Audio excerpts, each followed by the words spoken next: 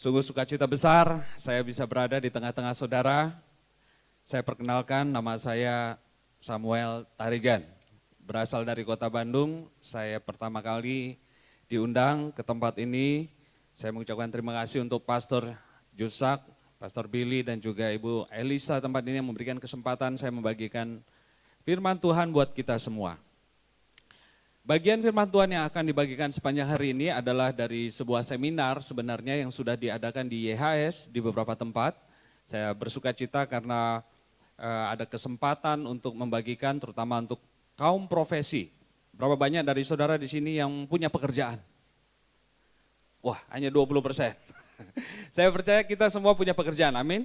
Walaupun di rumah, dimanapun, kita semua punya sesuatu yang Tuhan sudah siapkan. Dan banyak orang Kristen yang sayangnya meskipun sudah bertahun-tahun di gereja tapi belum mengalami kemerdekaan. Dan firman Tuhan mengatakan saat saudara mendengarkan firman Kristus yang adalah kebenaran, kita akan dimerdekakan, amin. Firman Tuhan membebaskan saudara. Kita tidak lagi sama dengan orang dunia, amin. Ya, tetapi banyak orang mendengar firman dan belum dibukakan sehingga mengalami hal-hal yang seperti yang dunia rasakan sekarang. Tadi saya di mobil ngobrol, memang banyak orang berkata ya hari ini, wah ekonomi lagi sulit, betul? Ya, dolar sampai berapa? Sudah di atas 14.000. Ya, dan pertumbuhan ekonomi melambat. Tapi saya percaya anak-anak Tuhan tidak harus mengalami demikian. Dan walaupun keadaan serba sulit, anak-anak Tuhan harusnya tetap sukacita, amin? Amin, ya. Nah, saya bersyukur karena saya tahu saudara yang pagi hari ini datang pagi-pagi 6.30 sudah kumpul di sini. Kita bukan ke sini karena ini hari Minggu, betul? Saudara ke sini karena ingin bertemu dengan Tuhan, betul? Kita tidak bukan orang-orang yang agamawi yang karena memang sudah hari Minggu, ya saya harus beribadah. Ya selama bertahun-tahun banyak orang Kristen, kami juga sempat mengalami demikian, rasanya nggak pas kalau hari Minggu nggak ke gereja. Tapi ketahuilah saudara, di tempat ini saudara mendapat getah kehidupan. Kehidupan itu berasal daripada Tuhan. Ya, dan itu yang akan kita pelajari pada hari ini. Nah saudara, bagian firman Tuhan ini akan terdiri dari 4 bagian, tapi kita tidak akan bahas satu persatu. Pada pagi hari ini kita hanya satu bagian dan nanti ada 4 kali ibadah, jadi saya mengundang saudara kalau masih cukup tempat ini, ya untuk datang ke yang kedua, ketiga dan keempat melihat lanjutannya. Ya, jadi ini semacam mini seminar. Baik, boleh ditampilkan ya sebuah hidup yang dapat kita nikmati. Saudara, ini 4 bagian kita akan bahas hari ini. Mengapa saudara perlu menikmati hidup dan pekerjaan saudara? Ya. Pemazmur berkata, masa hidup kami 70 tahun dan jika kami kuat 80 tahun dan kebanggaannya adalah kesukaran dan penderitaan. Sebab berlalunya buru-buru dan kami melayang lenyap. Saudara, waktu kami dulu belum mengerti tentang kasih karunia, kita pegang ayat ini, lalu kita seolah-olah percaya bahwa kita ditetapkan untuk menderita. Kita seolah-olah memang sudah ditakdirkan untuk hidup susah. Karena Alkitab memang ada ayatnya. Tapi saudara, sekarang kita belajar, di tempat kami juga dilawat Tuhan dengan pewahyuan yang baru supaya kita mengerti, membaca firman Tuhan tidak boleh ayat demi ayat, betul? Kita harus membaca dalam konteks. Saudara, ini bicara untuk manusia pada umumnya. Dan anak-anak Tuhan tidak ditetapkan untuk hidup seperti ini, saudara. Tidak. Ya. Kalau saudara baca di ayat yang ke-14, Mazmur yang sama, dia tidak bicara hidup lagi yang susah. Bagi orang yang dalam Tuhan tidak ditakdirkan untuk hidup menderita, sukar, dan hal-hal yang buruk yang dialami dunia. Saya tidak berkata saudara tidak ada masalah, tapi hidup menderita dan terasa sukar itu bisa terjadi kapan saja, betul? Meskipun semua ada, saudara bisa merasa susah dalam hati, betul? Saya melihat banyak orang yang tidak di rumah sakit, sehat badannya, uangnya ada, punya keluarga, tapi hatinya merana, betul? Oh banyak sekali, banyak sekali. Nah saudara, kita perlu mengerti bahwa firman Tuhan mengatakan saudara tidak seperti yang di atas ini, tidak. Ya, ayat 14 berkata demikian. Kenyangkanlah kami, boleh nggak saya undang saudara sama-sama baca dengan saya? Karena pada saat kita memperkatakan firman Tuhan ada kuasa di sana. Boleh? 1, 2, 3. Kenyangkanlah kami di waktu pagi dengan kasih setiamu supaya kami bersorak-sorai dan bersukacita semasa hari-hari kami. Amin. Amin. Amin. Bapak Ibu, kita ditetapkan untuk bersuka cita. Amin. Waduh, saya mulai melihat ada sebagian senyum. Ya, tadi datang berat sekali ya, masih pagi ya. Tapi gimana Pak, besok saya buka toko repot lagi. Sebentar saudara, lihat. Kenyangkanlah kami dengan kasih setia. Ini bicara kasih setia. Apa itu kasih setia? Hesed dalam bahasa aslinya itu adalah kasih yang tidak pernah lekang, yang tidak pernah gagal. Unfailing love. Saudara, bicara kasih karunia adalah sedih orang yang telah mengerti kasih karunia, tapi masih hidup tidak sukacita. Saudara, itu bicara tentang kasih yang tidak pernah gagal. Pada waktu saudara gagal, bisnis saudara gagal, sekolah saudara gagal, kasihnya tidak pernah gagal. Wah, itu hanya anak-anak Tuhan bisa menikmati itu. Kemudian itu juga bicara tentang kasih yang loyal. Berapa banyak dari kita sering tidak loyal sama Tuhan, betul? Tapi kasihnya dia selalu loyal kepada saudara. Dan ketika dikatakan sebuah pengabdian. Dulu kita berpikir bahwa kita menyenangkan Tuhan supaya dia melakukan sesuatu pada kita. Tapi sekarang kita tahu dia melakukan semuanya buat saudara dan saya sebelum saudara menjadi orang baik. Pada saat saya dan saudara masih berdosa, dia sudah berikan hidupnya buat kita. Wah, lalu itu adalah sebuah kebaikan. Kenapa? Karena dia punya hubungan, katakan hubungan. Saudara ini bukan orang jauh buat dia. Saudara ini keluarganya. Dan bukan hanya keluarga dekat, saudara dan saya, anaknya. Kenapa saudara bisa jadi anaknya? Karena Tuhan sudah buat perjanjian, covenant. Saya udah lihat beberapa khotbah dari Pak Yusa, Pastor Yusa di sini sudah diajarkan tentang adanya perjanjian yang baru. Kita tidak hidup dalam perjanjian yang lama. Saudara, saya izinkan saya bagi panggung ini menjadi dua bagian ya. Di sini orang yang hidup di bawah kasih setia. Di sini ada pohon kehidupan, katakan pohon kehidupan. Pohon kehidupan, di sana adalah orang-orang yang hidup dengan kekuatannya. Hidup dengan, walaupun tahu firman Tuhan, tapi masih hidup dengan upaya, katakan upaya. Upaya ya, di sini kalau saudara ingat Adam dan Hawa ada dua pohon dalam sebuah taman. Satu pohon kehidupan, yang satunya adalah pohon pengetahuan yang baik dan jahat. Bukan pohon pengetahuan yang jahat saudara, pohon pengetahuan yang baik dan jahat. Di sini bicara tentang manusia menggunakan hikmat. Saya harus bikin apa? Saya harus mencapai apa? Ini pohon pengetahuan saudara. Tidak heran orang ke gereja bertahun-tahun tetap susah mukanya. Karena dia berpikir saya masih harus berupaya untuk mencapai sesuatu.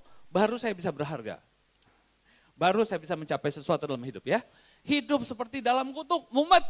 Wah, saya kasih kesaksian sedikit. Kami datang dari keluarga sederhana. Saya di Bandung. Dulu ingat kecil tinggal di gubuk, tapi Tuhan berkati luar biasa. Saya begitu miskinnya sehingga ingin berhasil. Kemarin ada Bu Esra ya, di tempat ini kurang lebih seperti itu kesaksiannya. Lalu Tuhan berkati keluarga kami bisa sekolah dan saya cita-cita begini. Saya harus sekolah setinggi-tingginya, belajar sekuat-kuatnya dan kerja sekeras mungkin sungguh-sungguh supaya saya bisa berhasil. Berapa banyak orang Kristen seperti itu? Tidak ada yang salah dengan hal itu, betul? Tetapi ujungnya kenapa saya temukan setelah saya mencapai banyak hal dan berhasil mencoba justru seperti tadi. Rumah ada, mobil ada, keluarga ada, tapi hatinya kenapa merana? Saudara, kutuk bukan hanya bicara mati muda. Dalam Alkitab, kutuk tidak hanya bicara orang yang gagal. Bikin toko, tokonya nggak laku. Bikin usaha, usahanya kebakaran. Menikah, mati muda, bukan begitu. Itu memang ada di Alkitab, tapi salah satu kutuk yang saya tidak mau terjadi dalam hidup orang-orang Kristen dan Tuhan tidak mau adalah saudara memiliki dan tidak menikmati. Saudara memiliki tapi tidak menikmati. Saudara, salah satu kutuk pertama ketika Adam berdosa memang Tuhan mengutuk. Tuhan memberikan kutuk karena Adam melawan perintah Tuhan.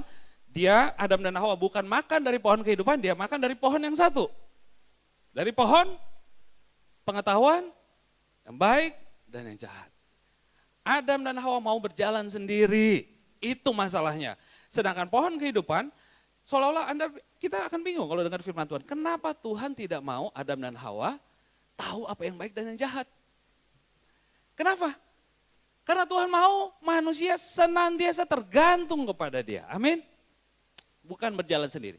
Jadi ketika Adam dikutuk, ketika Adam berdosa, Tuhan memberikan kutuk bukan kepada Adam tapi kepada tanah, katakan kepada tanah. Sehingga orang yang bekerja itu harus bekerja berpeluh, katakan berpeluh. Dalam bahasa Inggrisnya toiling. Nanti sore kita akan bicara tentang toiling. Apakah anak-anak Tuhan kalau mau makan itu harus keringet seperti orang dunia, ya? Tapi kalau kita lihat kitab Kejadian, memang betul bahwa tanah sudah dikutuk. Sehingga manusia kalau bekerja itu harus setengah mati. Itu memang sudah di Alkitab, ya. Itu kutuk. Tetapi saudara dan saya tidak ada di bawah kutuk. Amin. Amin. Wow. Orang dunia memang begitu. Mereka bekerja masih setengah mati. Karena apa? Masih di bawah kutuk. Tanah sudah dikutuk. Di luar sana tidak ada bisnis yang gampang. Saya nggak percaya. Ada orang hoki katanya ya. Beruntung kelihatannya gampang. Tapi tidak bisa terus menerus. Tidak bisa. Memang sudah ditetapkan dari Tuhan untuk bekerja keras. Tapi dengarkan firman Tuhan sudah mencabut kutuk dari hidup kita. Nah ini kutuk yang kedua bukan hanya gagal. Saya bacakan ya. Ini memiliki tapi tidak menikmati. Ini yang paling serem saudara ya. Engkau akan punya tunangan tetapi orang lain akan menidurinya. Wah serem. Engkau akan mendirikan rumah tapi nggak bisa diam di situ. Engkau akan membuat kebun anggur tetapi tidak mengecap hasilnya. Lembumu akan disembelih orang di depan mata kita dan kita tidak memakan dagingnya. Keledaimu akan dirampas dari depanmu dan tidak akan dikembalikan kepadamu. Wow, serem nggak saudara? Ada yang mau mengalami ini? Tidak ada ya? Ini kutuk saudara. Bahwa saya punya keluarga, saya nggak menikmatinya. Saya punya anak, saya nggak menikmati punya anak. Saya punya keluarga, punya istri saya tidak menikmati saya tidak menikmati dia. Betapa banyak orang Kristen rumahnya seperti itu. Ini kutuk saudara, ini kutuk. Kita tidak lagi hidup di bawah kutuk, amin. Jadi jangan sampai saya punya kerjaan, lalu saya gondok karena kerjaan saya. Hari ini saudara harus dibebaskan, amin. Firman Tuhan akan membebaskan kita. Kalau saudara tahu, saudara bisa bersyukur setiap hari, amin. Kita tidak lagi di bawah kutuk, bahwa saya punya kerjaan, lalu saya tidak happy karena itu. Ya, saudara, firman Tuhan berkata, Kristus telah menebus kita dari kutuk hukum Taurat. Saudara dan saya sudah ditebus, amin. Siapa yang sudah ditebus?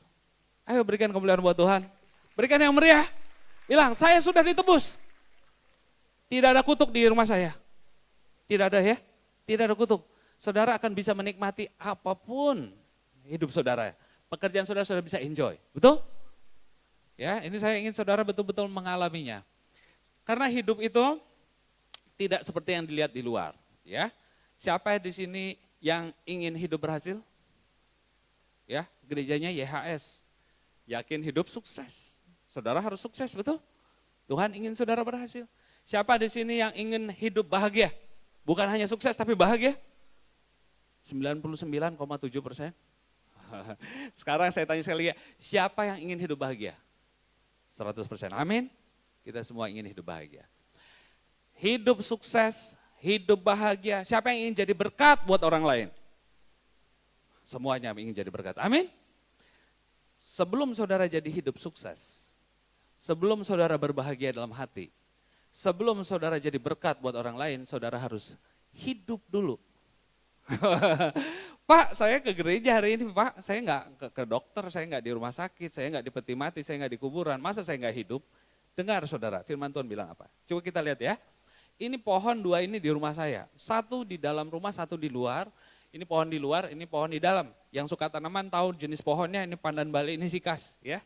Berapa waktu yang lalu, ini pohon yang sebelah kanan ini saya suka, lalu saya panggil tukang kebun, tolong dipupuk dong. Lalu tukang kebun saya bilang, Pak nggak usah dipupuk, ini pohon sudah mau mati, udah penyakitan.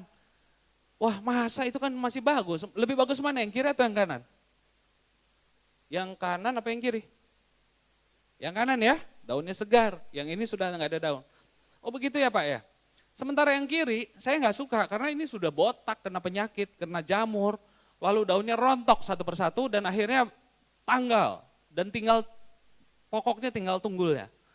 Lalu saya bilang tebang aja deh. Tukang kebunnya bilang jangan Pak, jangan ditebang. Ini bisa bagus. Apa yang terjadi saudara? Pohon yang sebelah kanan ini rupanya ada penyakitnya dan itu saya tidak tahu karena saya bukan tukang tanaman. Jadi ternyata dia sudah ada penyakit di dalamnya sehingga itu tinggal tunggu waktu akan mati.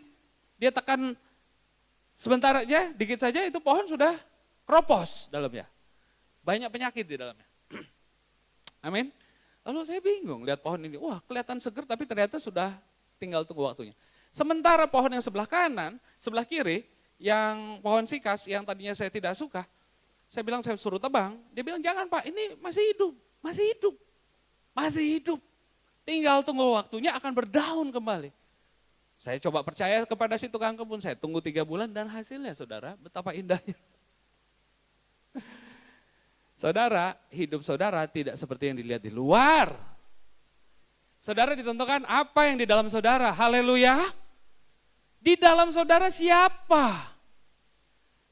Kalau saudara punya Yesus sumber kehidupan, saudara akan hidup, tidak peduli keadaanmu hari ini.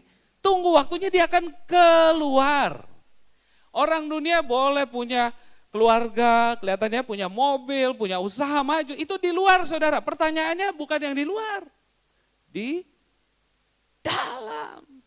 Nah sayangnya banyak orang Kristen tidak sadar bahwa kehidupan itu bukan yang di luar. Anda boleh punya keluarga yang kelihatan baik-baik, tanpa Yesus firman Tuhan katakan saudara mati.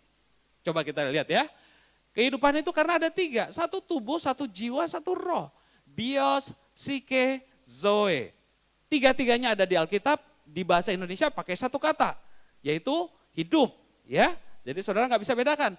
Tapi waktu Yesus contohnya bicara hidup jasmani, ada orang yang terhimpit kekhawatiran, kekayaan, dan kenikmatan hidup pakai kata jasmani sehingga mereka tidak menghasilkan buah yang matang. Ya, ini orang-orang yang ngejar-ngejar hal duniawi, ini bisa kehilangan iman.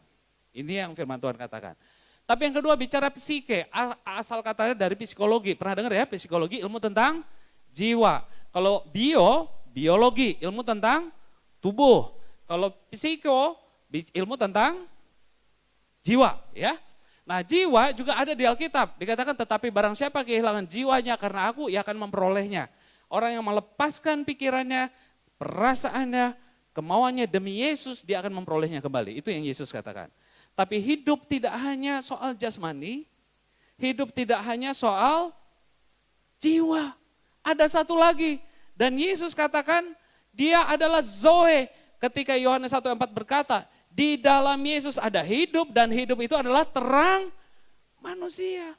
Saudara, kalau saudara kenal Yesus, dia itu terang dalam hidupmu, keadaan gelap menjadi terang. Amin. Pada saat kelihatannya gelap, dia membawa terang. Waktu rumahmu kacau, bukan kita cari solusi, cari Yesus, dia solusi. Dia membawa terang pada saat gelap. Gelap itu kita udah gak tahu mau bikin apa, betul? Mentok sana sini, tabrakan sana sini. Tapi Yesus membawa terang. Dialah hidup, dan kata hidup yang digunakan sana adalah Zoe, katakan Zoe. Zoe, ya. Zoe ini yang menentukan nanti yang di luar. Zoe itu adalah hidup roh, tidak pernah diciptakan. Hidupnya kekal. Pada waktu Adam dan Hawa diciptakan dari tanah, belum hidup. Lalu dihembuskan nafas. Nafas itu adalah Zoe.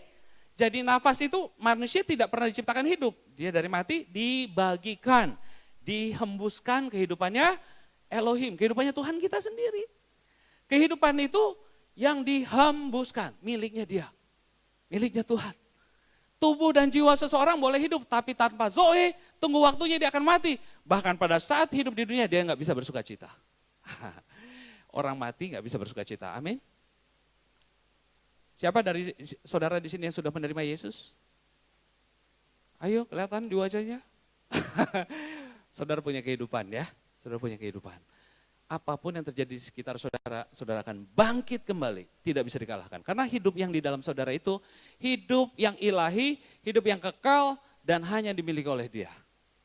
Ya, baik. Inilah kesaksian itu. Tuhan telah mengaruniakan hidup yang kekal kepada kita, dan hidup itu ada di dalam anaknya. Barang siapa memiliki Yesus, anak Tuhan, ia akan memiliki hidup. Barang siapa tidak memiliki anak, ia tidak memiliki hidup. Seperti pohon tadi, orang yang hidup di dalam pohon kehidupan, dia akan hidup. Orang yang berjalan menurut kekuatannya, dia akan mati. Jelas saudara. Ya, jadi hidup ini bukan soal bagaimana saya mencukupi kebutuhan saja, tapi bagaimana saudara menikmati kehidupan yang Tuhan berikan. Saudaraku yang kekasih, aku berdoa, ini doa Paulus. Seperti ini. Semoga engkau baik-baik dan sehat-sehat saja dalam segala sesuatu, sama seperti jiwamu baik-baik saja. ini bicara tentang suatu hal bahwa prosperity atau kemakmuran itu adalah yang Tuhan mau. Tuhan mau saudara makmur. Amin. Tuhan mau saudara sejahtera. Tapi lihat urutannya. Dia tidak bilang semoga toko kita bertambah, semoga usaha kita maju dulu. Dia bilang itu akan terjadi kalau syarat pertama yaitu jiwamu baik-baik saja. Beloved, I wish above all things that thou may prosper, kita sejahtera, and be in health. Saudara juga, Tuhan ingin saudara sehat, amin. Ini berita kabar baik buat saudara, Injil adalah kabar baik. Siapa yang sakit di sini ada kesembuhan di dalam nama Yesus. Tuhan ingin Anda bukan sembuh saja, Ia ingin saudara sehat dan kuat. Amin. Tapi sebelum saudara sehat, jiwamu juga sejahtera. Thy soul punya zoe menikmati Yesus. Karena banyak orang Kristen hanya menikmati berkat. Dia tidak bisa menikmati pribadi yang memberikan berkat. Saudara, kalau kita mengerti siapa Yesus, siapa Bapa kita bisa jatuh cinta kepadanya setiap hari. Jadi hidup yang kekal itu adalah hidup bersama Dia. Hidup yang kekal itu bukan diberikan nanti pada waktu saudara mati, terus bangkit kembali ke surga, baru hidup yang kekal. Bukan. Lihat ya, Alkitab bilang apa? Kita baca 1, 2, 3. Inilah hidup yang kekal itu, yaitu bahwa mereka mengenal Engkau satu-satunya Tuhan yang benar dan mengenal Yesus Kristus yang telah Engkau utus. Jadi hidup kekal itu mengenal Bapa dan mengenal Yesus. Amin. Mengenal artinya bukan hanya tahu. Saya kenal mungkin dengan Ibu Elisa, saya kenal dengan Pak Yusak. Tapi saya bukan hanya kenal dengan istri saya. Beda kenalnya, betul? Istri saya dan saya apa adanya, saya terbuka kepada dia. Saya punya hubungan yang sangat akrab dengan dia. Intim. Itu yang digunakan katanya berhubungan mengenal itu ginosko. Ginosko itu adalah hidup bersama. Hidup bersama. Saudara, kalau saudara belum menikmati hidup bersama Tuhan, kita masih menantikan sesuatu lagi, betul? Wow, toko saya baru 1, belum 2. Anak saya belum lulus sekolah. Utang saya belum lunas. Penyakit saya belum sembuh. Saudara, yang kita nikmati bukan keadaan sekitar kita, tapi kebersamaan dengan Dia. Amin. Kalau saudara kenal Bapamu sangat mengasihimu, Yesus itu punya segalanya dan Dia mau berikan buat saudara, saudara akan senang dengan Dia, betul? Karena saudara tahu, Dia bukan hanya memiliki semua, Dia mau berikan semuanya buat kita. Haleluya. Haleluya. Mari kita mengenal Dia. Itulah hidup yang kekal. Tuhan rindu kepada kita. Dia ingin bersatu dengan saudara dan saya, Dia ingin bergaul. Dia tidak ingin saudara dan saya jauh. Kita bicara kasih karunia, saudara tahu, saudara diampuni semuanya, betul? Semua dosa kita sudah diampuni, betul? Sudah dibersihkan, betul? Berapa banyak di sini orang yang sudah dikuduskan Tuhan? Sudah diampuni? Tidak ada merasa dakwaan? Amin. Haleluya, darah Yesus sudah bersihkan saudara, betul? Tahukah saudara kenapa Tuhan ampuni kita? Tahu? Karena Dia ingin bersekutu dengan kita. Saya kasih ilustrasi ya, 2 minggu, 3 minggu yang lalu saya jalan-jalan ke Bali dengan istri saya. Saya jalan-jalan ke Bali, lalu sampai di Bali saya bisa punya pilihan sebelum jalan-jalan demikian. Misalnya ya, Mami, sebelum kita menikmati perjalanan ini bagaimana kalau kita saling mengaku dosa dulu. Supaya nggak ada ganjelan ya. Coba Mami mulai ngaku dosa dulu deh sama saya. Yang komplit jangan ada disisain. Seandainya dia lakukan itu, Papi, Mami sudah bikin gini, 1, 2, 3, 4, 5. Lalu hati saya mulai terganggu, betul? Saya bilang, wah nggak nyangka istri saya begini. Misalnya begitu ya, ini contoh bukan sungguhan, saudara jangan melihatnya seperti itu. Ini contoh. Oke? Lalu setelah itu apa yang terjadi? Saya mungkin tidak akan jadi liburan. Karena saya kaget juga dengar dia, betul? Dan sebaliknya kalau dia juga minta saya mengakui semua kesalahan saya, dia juga mungkin kaget. Saudara, pengampunan itu artinya penerimaan, betul? Waktu saya sampai di Bali, wow, Mam, senang nih. Kita bisa off 3 hari aja, walaupun gak lama, di tengah-tengah kesibukan kita bisa nyolong liburan sebentar. Dengan istri saya bilang, katakan, wow, this is good, betul? Ini good. Saya tidak akan mulai dengan acara pengakuan dosa. Saya akan mulai dengan jalan-jalan langsung. Saya menikmati kehadiran dia, dia menikmati saya. Saya tahu banyak kesalahan dia belum diakui sama saya, tapi saya sudah nerima dia. Ada kesalahan saya, belum saya minta maaf sama istri saya, dan bisa jadi ganjelan, tapi kami berdua mau menikmati waktu bersama. Tujuan kita ke sana bukan saling bersih-bersih, tujuan kita ke sana adalah untuk menikmati. Jadi saudara, ketika darah Yesus dicurahkan buat saudara, itu karena dia rindu bersama dengan saudara. Supaya saudara jangan merasa bersalah dan tidak berani mendekat kepadanya. Jadi banyak orang berpikir kasih karunia itu membuat kita diampuni, artinya saya bebas pergi melakukan apa saja. Bukan saudara. Saudara dan saya dibersihkan oleh darah Yesus supaya saudara mendekat, katakan mendekat. Tidak takut sama dia. Karena itu yang dia cari, dia ingin bersekutu dengan kita. Bagaimana kita mau bersekutu kalau merasa bersalah, betul? Kalau kita merasa tertuduh, kita nggak senang dekat dengan orang yang menuduh kita, betul? Tidak senang. Bagaimana kalau saya di sini menuduh saudara, wah ini bapak ini begini kurang begitu, saudara pasti nggak senang dekat saya, betul? Nah itu sebabnya Yesus mencurahkan darahnya buat saudara dan saya supaya bisa bersekutu. Persekutuan ini sangat penting, saudara. Sebelum saudara bisa menikmati hidup, kita harus mengerti bahwa ini panggilan hidup kita. Panggilan hidup saudara dan saya adalah untuk masuk ke dalam persekutuan dengan dia. Katakan persekutuan. Ya, fellowship, intimate, ini yang Tuhan cari saudara. Nah, kalau saudara dipanggil, respon saudara apa? Misalnya saya panggil anak saya ya, nama anak saya satu Michael, satu Angel. Michael, di rumah. Kalau saya panggil anak kita harusnya datang atau pergi? Kalau dipanggil, datang, bukan pergi ya. Kalau saya panggil istri saya, mam sini mam, respon yang benar apa? Datang atau pergi? Datang ya. Misalnya, mam sini mam, lalu dia ke dapur, ada yang salah betul nggak? Ada yang salah nggak? Saya bilang, mam sini mam, langsung tiba-tiba ke kulkas, dia keluarin ayam, terus dia potong-potong ayam, dia mau goreng ayam. Bingung gak saya? Saya panggil dia, mam sini mam.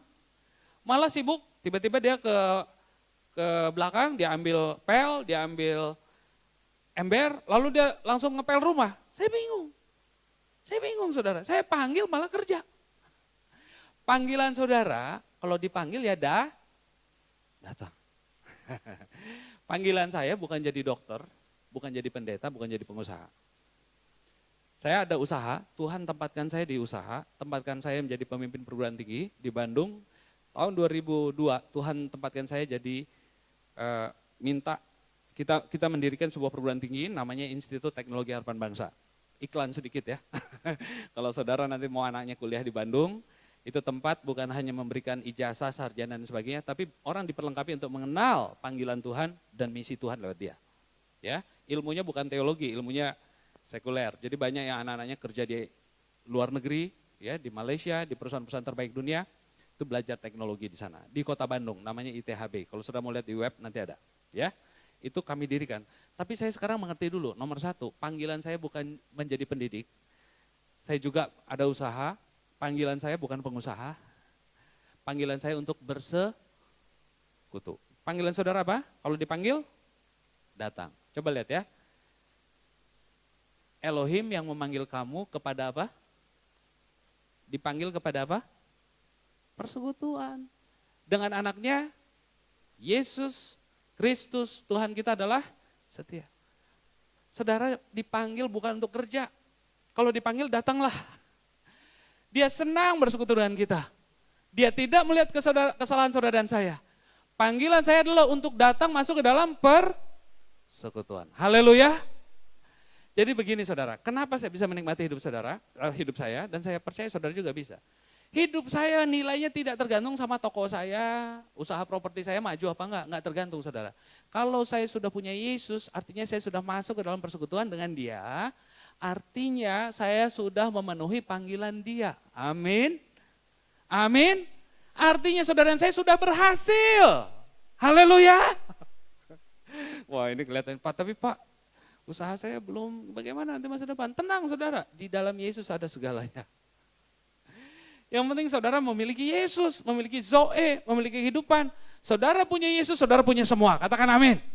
Saya punya segalanya, katakan. Saya punya segalanya. Masa depan saudara, amin. Umur yang panjang, amin. Kesehatan, amin. Sukacita, amin. Kecukupan, amin. Kelimpahan, amin. Sekolah yang berhasil, amin. Usaha yang berhasil, amin. Saudara miliki pribadinya, bukan semuanya yang lain. Masuklah dalam persekutuan dengan dia. Amin. Itu yang dia panggil saudara untuk itu. Jadi begini, kalau katakanlah usaha saya nggak maju, saya orang yang berhasil atau gagal? Banyak orang mengira saya orang gagal. Saudara dan saya berhasil kalau saudara punya Yesus. Amin. Kalau saudara dipanggil datang artinya sudah benar, sudah berhasil, sudah good, sudah excellent. Karena dipanggil datang. Haleluya. Tuhan nggak lihat toko saya berapa. Waktu saya ketemu dia nanti saya percaya dia nggak akan nanya, Sam, lulusanmu udah berapa? 2.000, 5.000, 20.000. Terus dia tanya lagi, gaji mereka berapa? Saya percaya dia nggak tanya itu. Betul? Saudara, waktu Tuhan datang nanti dia nggak akan tanya saudara, tokonya udah berapa? 2. Kenapa nggak jadi 4? Kan kemarin tanah dijual, kenapa nggak dibeli? Saya yakin Tuhan nggak akan ngomongin begitu, betul? Betul nggak? Yang mengerti Tuhan pasti tahu, Tuhan nggak akan urus begitu. Tapi dia tahu kebutuhan saudara, betul? Pertanyaan saya, kenapa orang Kristen siang, malam, pagi, sore mikirin hal tersebut? Gimana tokonya dari 2 jadi 4, betul nggak? Gimana supaya saya usahanya jadi maju? Gimana supaya sekolah saya bisa cepat lulus? Nggak ada yang salah saudara, tapi ketahuilah Bapamu itu lebih memikirkan itu daripada kita. Itu bukannya bagian kita untuk kita stres, bukan. Bapak kita memikirkan hal itu buat saudara dan saya. Amin. Sudah ada yang memikirkan. Karena engkau anaknya. Haleluya. Ya, jadi jangan lagi kita stres. Kalau saudara, saya kasih contoh ya. Ada orang yang berhasil punya segalanya. Profesor gelarnya, pendeta pula. Ya, lalu punya semuanya, tapi dia tidak hidup dalam persekutuan dengan Tuhan, dia tetap gagal saudara. Saya kasih lihat contoh yang ekstrim, satu lagi orang yang disalib di sebelah Yesus. Prestasinya apa? Pembunuh, betul? Mungkin pembunuh, penjahat lah yang pasti, kalau enggak dihukum mati, betul? Menurut saudara, dia berhasil atau gagal? Berhasil atau gagal? Berhasil, betul? Orangnya punya prestasi enggak? Secara dunia, dia nggak punya prestasi apa-apa, betul? Nggak punya. Tapi di mata Tuhan, dia orang berhasil. Kenapa? Karena dia masuk ke dalam persekutuan dengan Yesus. Amin. Jadi, kalau saudara mau bersuka cita, nomor 1 mengerti. Hidup saya, nilai hidup saya tidak tergantung kepada hal-hal di sekitar saya. Tapi apakah saya masuk ke dalam persekutuan dengan dia? Saudara boleh punya semuanya. Di luar persekutuan dengan Yesus, saudara gagal. Amin. Jadi usaha boleh gagal. Pekerjaan boleh nggak maju, tapi saudara tetap berhasil kalau saudara bersekutu dengan Yesus. Itu yang firman Tuhan bilang. Amin. Berapa banyak yang mau mengerti ini, mau percaya hal ini. Haleluya. Kalau saudara mau membuka hati saudara, Yesus engkau yang saya perlukan. Bersama engkau aku sudah berhasil.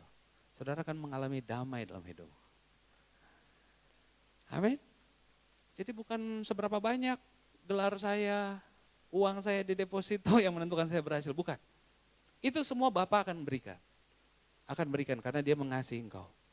Tapi kalau kita mengukur keberhasilan diri saya dari apa yang saya miliki, apa yang saya capai, kita kembali dari pohon kehidupan, saudara sedang pindah ke pohon pengetahuan yang baik dan yang jahat. Di sini bilang, oh orang yang berhasil itu kalau gelarnya banyak, kalau uangnya banyak, kalau tokonya maju, segala macam itu adalah buah pengetahuan yang baik dan jahat. Kalau saudara hidup dari pohon ini, saudara tidak akan kekurangan satu apapun. Amin. Saudara akan menikmati terus. Itu akan mengalir dalam hidup saudara. Bukan saudara yang mengerjakannya, tapi dia memberikannya kepada saudara. Itulah kasih karunia. Haleluya. Sukacita ya. Nah, tapi pertanyaannya begini, kenapa Tuhan setelah saya dipanggil dan saya penuhi panggilan Tuhan, kenapa saya nggak langsung ke surga? Betul? Pernah nggak berpikir demikian? Kenapa setelah Tuhan panggil lalu saya sudah ke gereja, udah kenal Yesus, saudara nggak langsung ke surga? Enak juga kan? Langsung bebas dari segala masalah, betul? Karena dia punya satu mandat buat saudara, kepercayaan. Dia tidak hanya panggil saudara, lalu saudara datang, lalu saudara didiamkan begitu. Tidak, dia kasih kepercayaan kepada kita. Kepercayaan yang diberikan buat saudara dan saya adalah ini, yaitu untuk memberitakan perbuatan yang besar dari Tuhan. Yuk kita baca sama-sama ya, firman Tuhan di atas, 1, 2, 3. Tetapi kamulah bangsa yang terpilih, haleluya, imamat yang rajani, bangsa yang kudus, umat kepunyaan Elohim sendiri, supaya kamu memberitakan perbuatan-perbuatan yang besar dari Dia yang telah memanggil kamu keluar dari kegelapan kepada terangnya yang ajaib. Haleluya. Tujuan saudara sekolah, bisnis, pekerjaan untuk menceritakan perbuatannya yang besar. Haleluya. Jadi orang Kristen tidak sama dengan orang dunia. Kalau ditanya orang dunia itu, kenapa kerja Pak? Cari makan. Bapamu memelihara engkau, amin. Kita bekerja bukan untuk cari makan, untuk menceritakan perbuatannya yang besar. Yang mengerti hal ini pasti bersuka cita, yang belum mengerti ini pasti hidupnya stres. Pak, tapi saya makan gimana? Saudara, kembali kepada firman Tuhan. Firman Tuhan katakan, kalau engkau percaya kepada Dia, Dia memikirkan kita. Burung di udara nggak bisa apa-apa, dipelihara Tuhan, betul? Bunga bakung berpakaian lebih indah daripada Salomo, nggak punya apa-apa tuh. Kembali kepada firman Tuhan. Saudara, kalau kita bekerja, kita pikir masa depan saya tergantung usaha saya kembali lagi ke pohon ini. Ini nggak heran makanya bertahun-tahun di gereja, mukanya hanya sukacita sorak-sorak waktu nyanyi. Hari Senin sampai Jumat saya tanya, di kantornya ada sukacita yang sama nggak? Di usahanya ada sukacita yang sama nggak? Di rumahnya ada nggak? Karena kita kembali lagi, sudah tahu pohon kehidupan, mau lagi ke situ. Ini masa depanku kalau gue nggak kerja keras, ntar ambruk. Saudara, saya nggak mengajarkan saudara malas ya, saya orang yang sangat senang kerja keras. Tapi saudara perlu dengar berita ini. Kalau saudara temukan kebenaran ini, saudara akan sukacita. Saudara mau sukacita? Hidup di bawah pohon kehidupan. Haleluya. Ya, ini penting. Jadi kalau saya mau bekerja, saya tahu hidup saya sudah aman di dalam tangan Tuhan Yesus. Dia memelihara saya tidak akan kekurangan apapun. Haleluya. Tidak akan kekurangan, itu janji Tuhan. Janji Tuhan, saudara tidak akan kekurangan, bahkan saudara akan berkelimpahan. Berkelimpahan artinya apa? Bukan nolnya banyak ya, deposito itu juga benar. Tapi berkelimpahan artinya saudara bisa berbagi sama orang. Betul? Kalau berbagi artinya nggak pas-pasan, betul nggak? Tuhan kita bukan Tuhan yang mepet, pas-pasan, saudara butuh 10 dikasih 10, enggak. 5.000 orang masih ada 12 keranjang sisanya. Tuhan saya bukan Tuhan yang mepet, betul? Tuhan kita Tuhan yang kaya, amin. Dia tahu kebutuhan saudara dan Dia tidak ngasih pas-pasan, Dia mau memberikan hidup saudara, memberkati banyak orang. Haleluya. Ya. Jadi bukan perbuatan saya, hidup ini bukan soal prestasi saya. Orang dunia bilang, saya ingin dihargai kalau saya dianggap berprestasi. Betul? Itu akar dari hilangnya damai sejahtera dalam anak-anak Tuhan. Saudara berharga bukan karena saudara berprestasi, saudara berharga karena saudara punya Yesus. Bapa di surga melihat engkau sangat berharga karena engkau ada Yesus di dalam hidup kita. Dia lihat Yesus. Kesempurnaan Yesus itu diperhitungkan menjadi kesempurnaan diri saudara. Haleluya. Itu luar biasa saudara, itu kekayaan kita.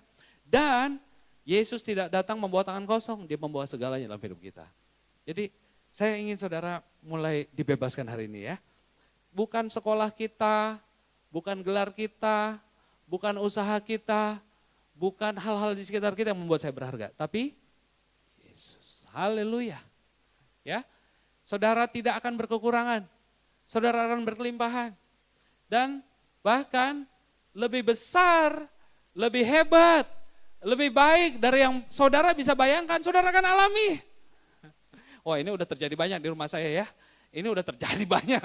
Kalau saya kesaksian nanti lebih waktunya. Ini waktunya sudah habis. Saya undang tim musik untuk maju ke depan.